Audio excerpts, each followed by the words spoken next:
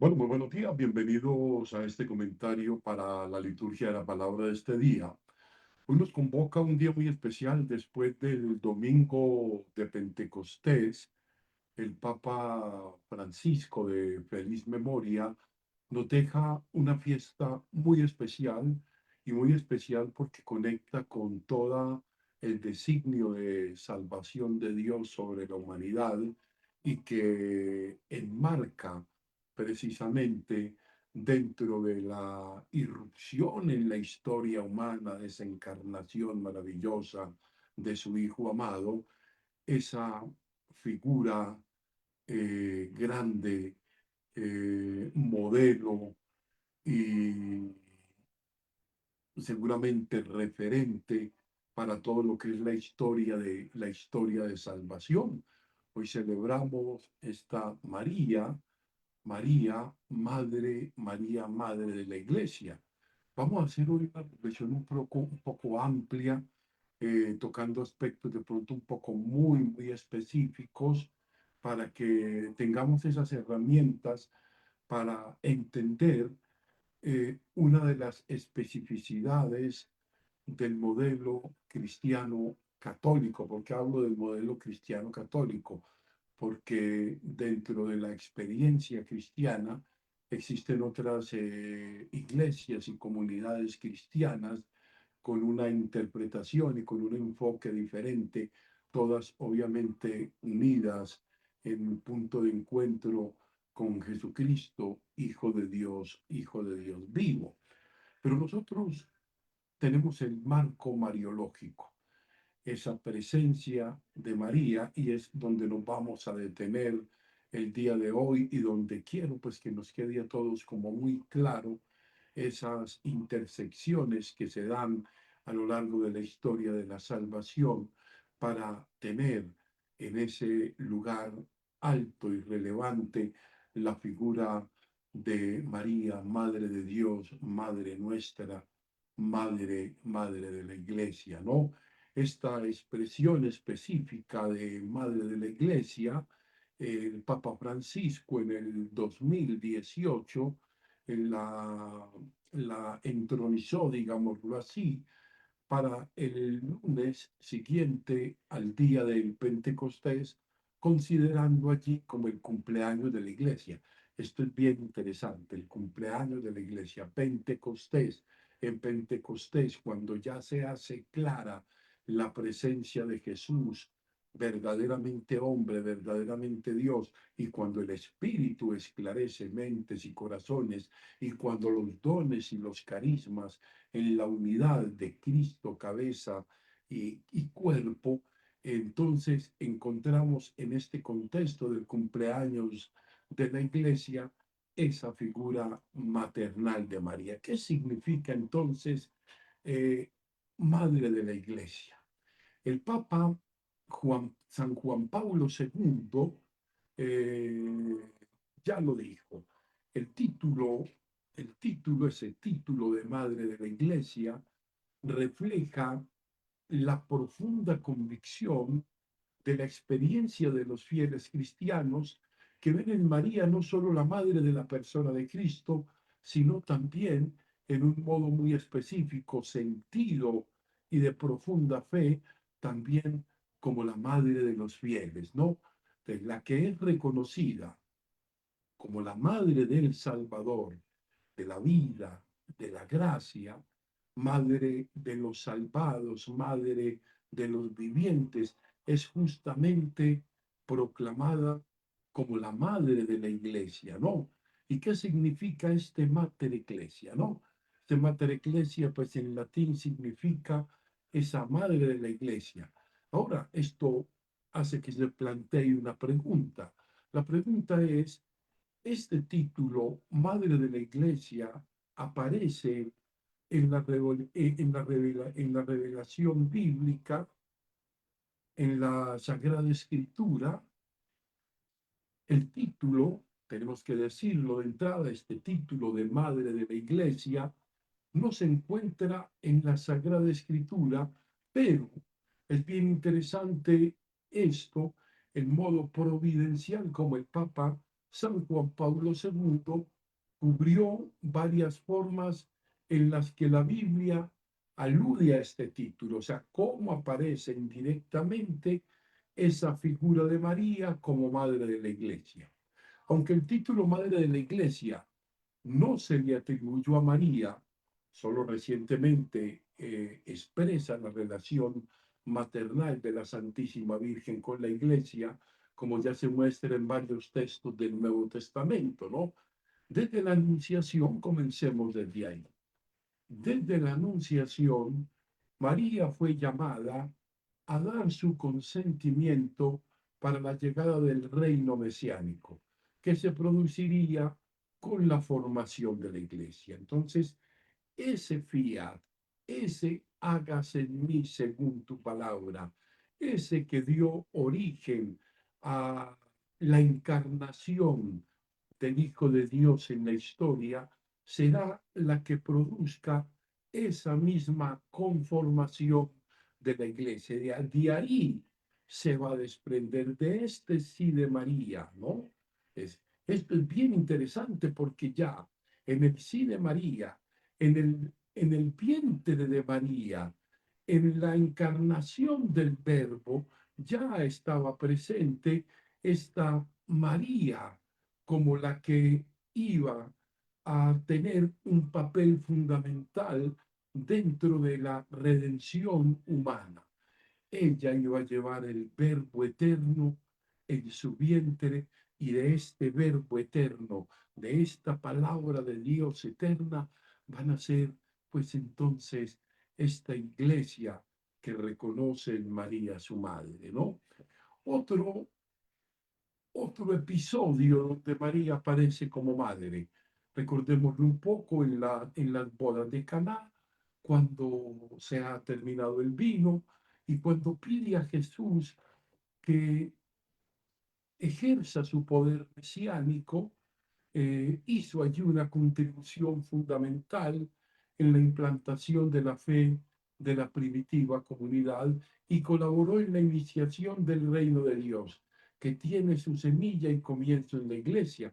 Eso lo leemos en el Lumen Gentium 5, pero es bien interesante está en las bodas de Caná, cuando pide a su hijo que ejerza el poder mesiánico, pero cuando dice también, hagan lo que él les dice, María como guía, María como pedagoga que va invitando a que todos los que la consideramos a ella con su intercesión, nos pone al centro algo en el que ella ocupa no el primer lugar.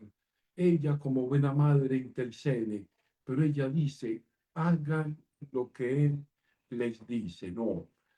Otro momento en el que aparece la Santísima Virgen, en el Calvario, también se une allí desde esos dolores, recordemos del viejo Simeón, desde esos 7 dolores,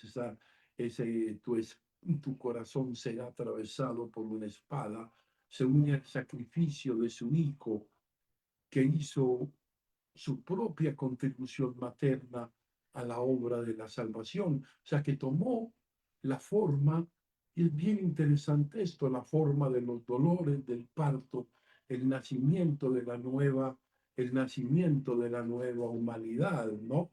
De hecho, nuestra Señora de la Salud de Oaxaca tiene en su corazón esos 7 dolores de la Virgen que recuerda esa íntima unidad entre Cristo y la misión que el Padre le encomienda y ese estar identificado con los dolores y con el nacimiento de esa nueva humanidad.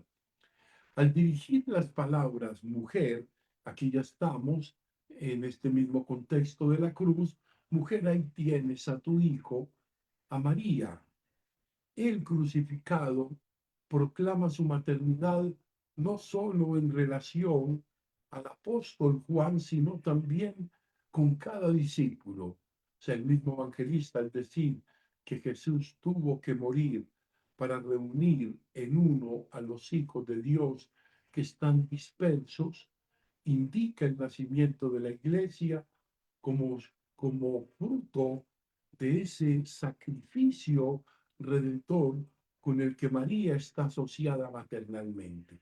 María se asocia al sacrificio de la cruz dentro de la contemplación de los dolores, pero dentro de la redención que dentro del dolor, valga la redundancia, se puede considerar. El evangelista Lucas menciona la presencia de la Madre de Jesús en la primitiva comunidad de Jerusalén. Lo podemos constatar en Hechos 1:14. De esta manera destaca el papel maternal de María en la iglesia recién nacida, comparándolo con el papel del nacimiento del Redentor. O sea, la dimensión materna se convierte así en un elemento fundamental de la relación de María con el nuevo pueblo de los redimidos. Esto es bien interesante porque nos pone precisamente a María en en todo el vértice de la revelación hacia la salvación de la humanidad. Ahora, ¿cómo se convirtió María en la madre de la iglesia? Esta es una pregunta que puede emerger, ¿no? Dice que el Padre elige a María entre todas las mujeres para ser la madre. O sea, no deja de ser mujer, la elige para ser la madre según la naturaleza humana de su divino Hijo. Esto es bien importante, según la naturaleza humana de su divino Hijo. Ahora, como es madre de Cristo, en el orden natural, es también madre de su cuerpo, de ese cuerpo místico, la iglesia del cual Él es cabeza en el orden de la gracia. Entonces, María es la madre de Cristo, en el orden natural, es también la madre de su cuerpo, que es la iglesia. Creo que esto no es tan difícil de entender y de asociar dentro de una relación emocional, afectiva con la madre, ¿no? La madre siempre suscita todos estos grandes sentimientos, ¿no? El libro del libro de los Hebreos, en el capítulo 2, 9:13, el autor deja en claro que Jesús es nuestro hermano. Vemos a Jesús, que por un tiempo fue hecho menor que los ángeles. Esto es bien interesante, coronado de gloria y honra a causa del sufrimiento de la muerte, para que por la gracia de Dios gustara para todos y nos llevara a la redención desde la muerte, ¿no? Ahora, esto es bien interesante porque eh, esa nueva humanidad de la que en el pecado con Eva y con Adán perdimos la gracia, en el nuevo Adán recuperamos la nueva dignidad del hombre y de la mujer, ¿no? Y ahí hay algo fantástico porque es esa presencia de María la que escucha, la que dignifica la maternidad, la que acompaña, la que, la que intercede, o sea, está de muchos modos presente en nuestra vida. Esto es bien. Finalmente, cuando Jesús estaba en la cruz, ese tierno momento de María y el apóstol, ¿no? Es bien importante esto, ¿no? Ver cómo María está en todos los momentos. Ahora, otra pregunta que puede suscitarse: ¿cuál es el papel de la Virgen María en la Iglesia? El Catecismo de la Iglesia Católica, que quiera de pronto profundizar en esto, que sería algo interesante, muy bello, y le ayudaría a entender mejor ese misterio de la Madre, el misterio de la salvación, en los parágrafos 964 y 965 nos enseña: el papel de María en la Iglesia es inseparable de su unión con Cristo y fluye directamente de ella. O sea, esta unión de la Madre con el Hijo en la obra de la salvación se manifiesta desde la concepción virginal de Cristo hasta su muerte, se manifiesta sobre todo en la hora de su pasión. Así la Santísima Virgen avanzó en en su peregrinaje de fe, perseveró fielmente en la unión con su Hijo hasta la cruz. Allí permaneció de acuerdo con el plan divino, soportando con su Hijo unigénito la intensidad de ese sufrimiento. No podemos imaginar el inmenso dolor que sentía la Santísima Virgen y consintiendo amorosamente en en esta inmolación de la víctima, en la que ella vive y participa de ese dolor salvífico, ¿no?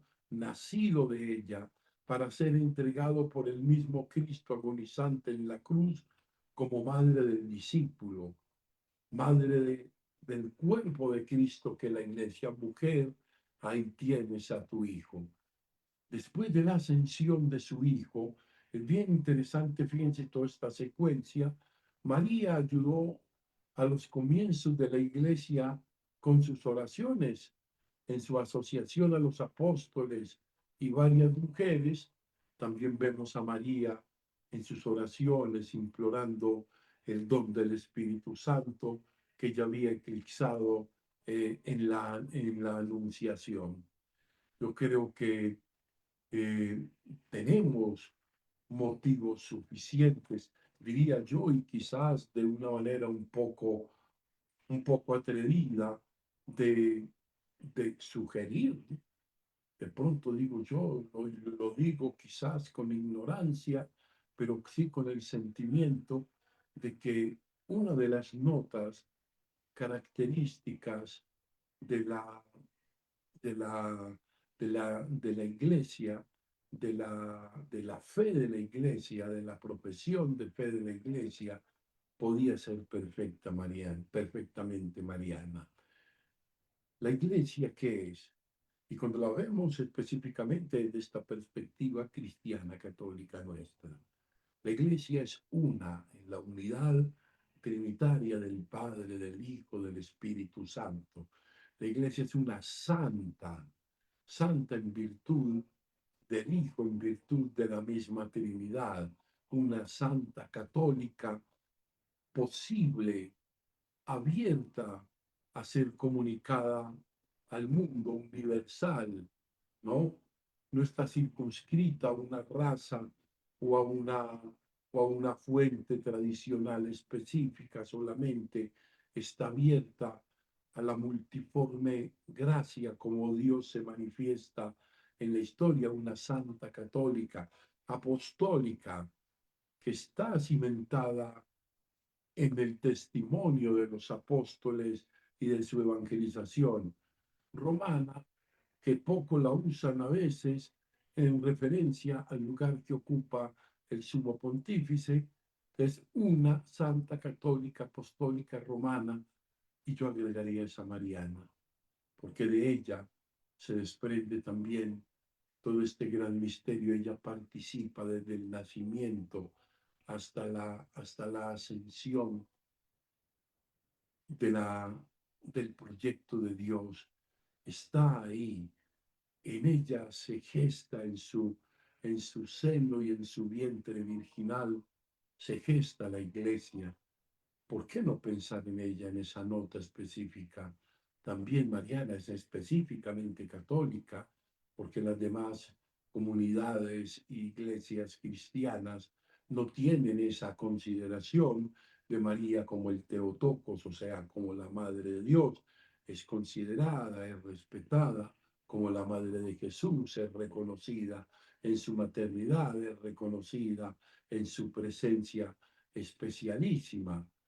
Nosotros sabemos que María, aun con lo grande que ella es, pues no es para nosotros un objeto de adoración.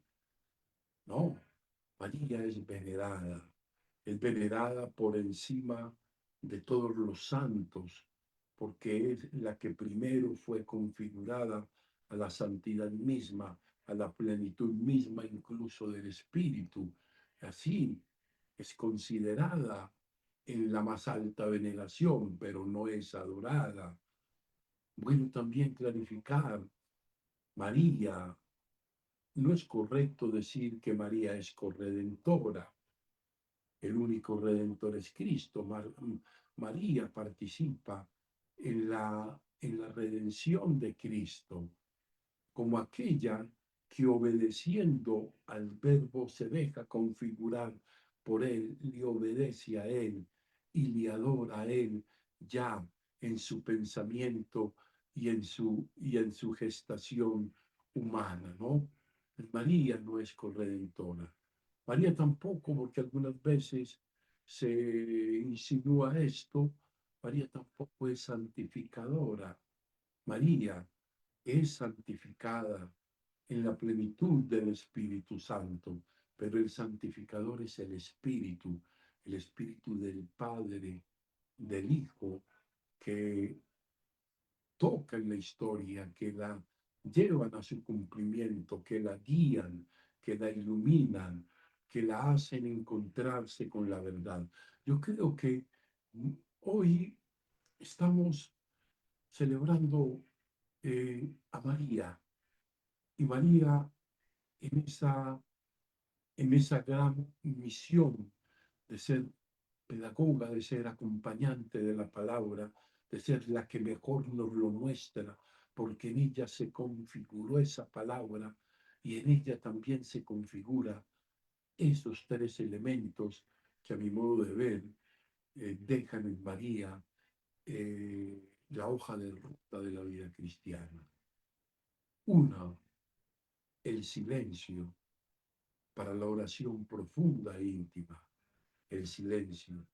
Un silencio que está dado para, tratando de disipar tantos ruidos que tenemos en mente y corazón, saber escuchar, silencio, escucha. Y la otra, que es quizás la más compleja que a veces nos cuesta a todos, obediente, obediencia, silencio, escucha, obediencia, pequeñez, humildad, sencillez, recordando un poco las bienaventuranzas, bienaventurados los limpios de corazón, porque ellos verán a Dios.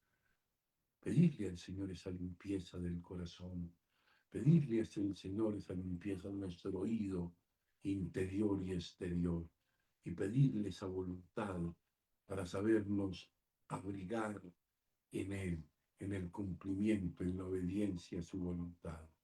Gloria al Padre, gloria al Hijo y gloria al Espíritu Santo, como era en el principio, ahora y siempre, por los siglos de los siglos. Amén.